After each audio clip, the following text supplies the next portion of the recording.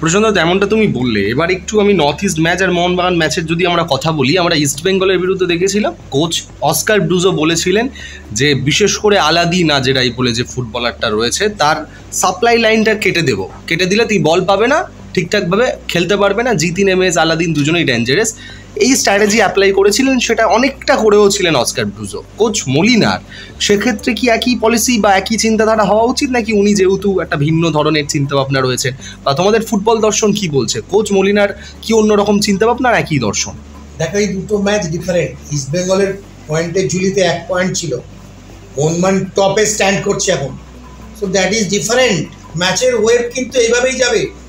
East বেঙ্গলকে গোল না খেয়ে 3 পয়েন্টের জন্য মরিয়া কামড় দিতে হয়েছিল। তাতে সাপ্লাই লাইন কেটে আলাদিন আজহারকে বল মারতে না দেওয়া, এগুলো ব্লক করা, এগুলো ইস্ট বেঙ্গল অনেক প্ল্যান করতে হয়েছিল। কিন্তু এই ম্যাচটাতে মোহনবাগানের এই ব্যক্তিগতভাবে কোন ব্যক্তি হিসেবে কোনো খেলোয়াড়কে নিয়ে প্ল্যান করে তাকে মার্ক করার জন্য কিন্তু মোহনবাগান দল নামবে না। মোহনবাগান তাদের যে নিজস্ব স্ট্রেংথটা আছে সেটা ইউজ করবে, এবং offence is the best defence বলে একটা কথা আছে না, আক্রমণই হচ্ছে তাদের প্রতি আক্রমণের জন্য যথেষ্ট। এই আক্রমণ করে শুরু থেকে প্রেসিং ফুটবল খেলে নর্থ ইস্টের বিরুদ্ধে গোল তুলে নেওয়ার চেষ্টা করবে।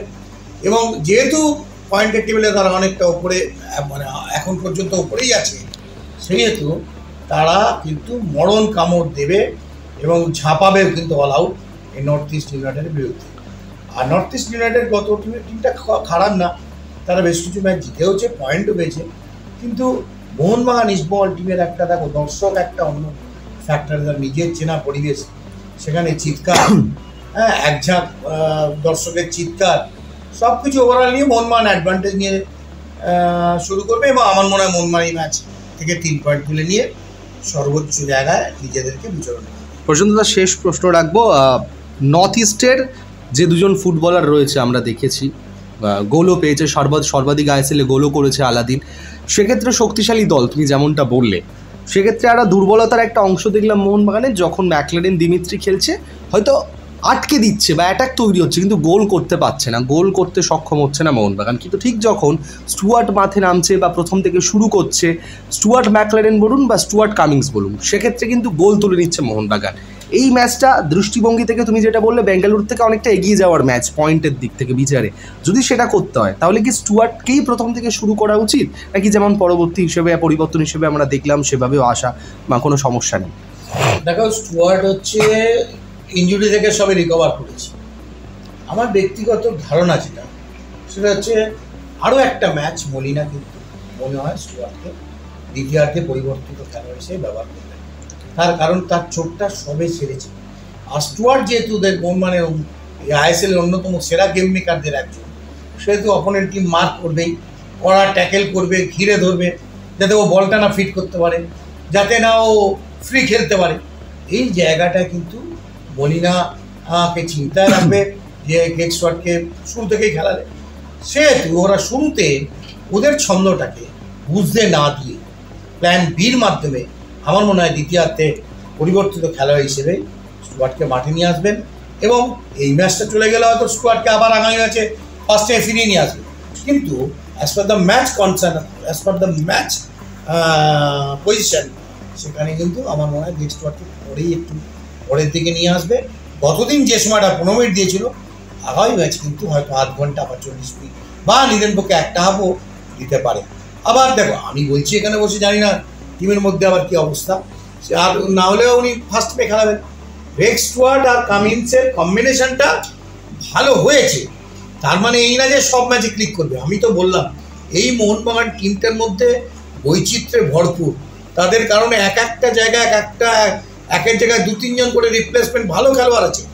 অর্থাৎ রিজার্ভ বেঞ্চে যদি তোমার 19-20 বা 19-22 যদি থাকে, তাহলে সেক্ষেত্রে তোমার রিজার্ভ বেঞ্চে একটু ডিস্টেন্স তো হবেই, স্ট্রেংথটা তো অপোনেন্টকে নিতে হবে। সেই জায়গাটা মোহনবাগান এগিয়ে থাকছে বারবারের জন্যে, আগামী দিনের জন্য এবং আগামী ম্যাচগুলোর জন্য।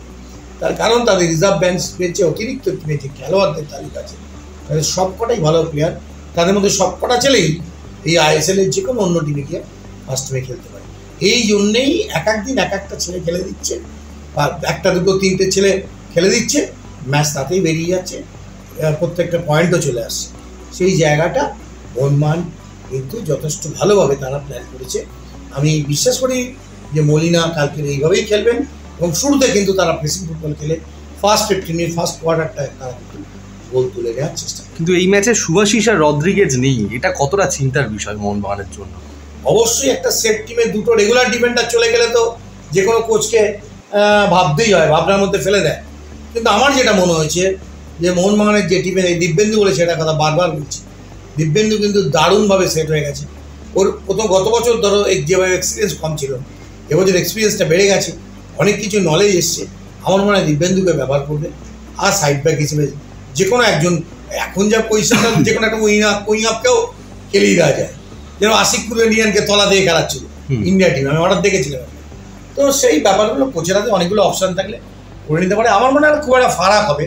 অবশ্যই তোমার দুজনেই ভালো ডিফেন্ডার, মোহনবাগান টিমের কম্বিনেশন প্লে যে জায়গাটা, সেই জায়গাটা নষ্ট হয়ে যাবে, তাতে একটু অসুবিধা হলেও হতে পারে। কিন্তু বাকি যে খেলোয়াড়রা আছে তারা নিশ্চয়ই তারা ওভারকাম করবে এবং তারা পারফরমেন্স করে বাকিদের পারফরমেন্সটাও তারা সঙ্গে নিয়ে ঢেকে দেবে ভালো পারফরমেন্স। অনেক ধন্যবাদ প্রশান্ত দা।